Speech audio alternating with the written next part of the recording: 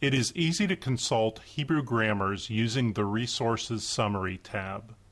Select the Resources tab in the Analysis window and display Exodus 16:27 in the Browse window.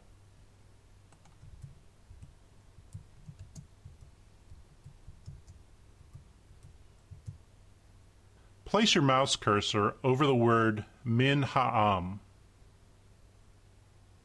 Notice that the top line in the summary window displays the lemmas that make up this word, followed by the grammatical parsing.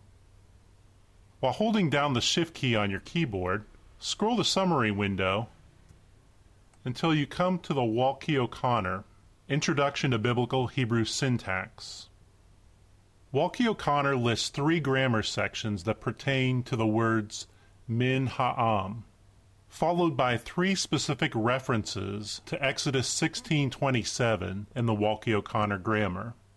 Click on the entry Reference Exodus 16:27 in Prepositions.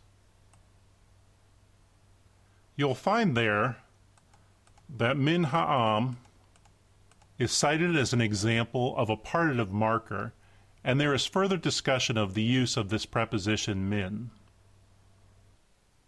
Notice that as you move your mouse cursor over the words in Exodus 16:27, the entries in the Hebrew grammars change depending on the word that you hold your mouse cursor over. Through the Resources Summary tab, you can find information in a grammar concerning the grammatical form of the word you are studying, and find out what the grammar says about the verse you are studying.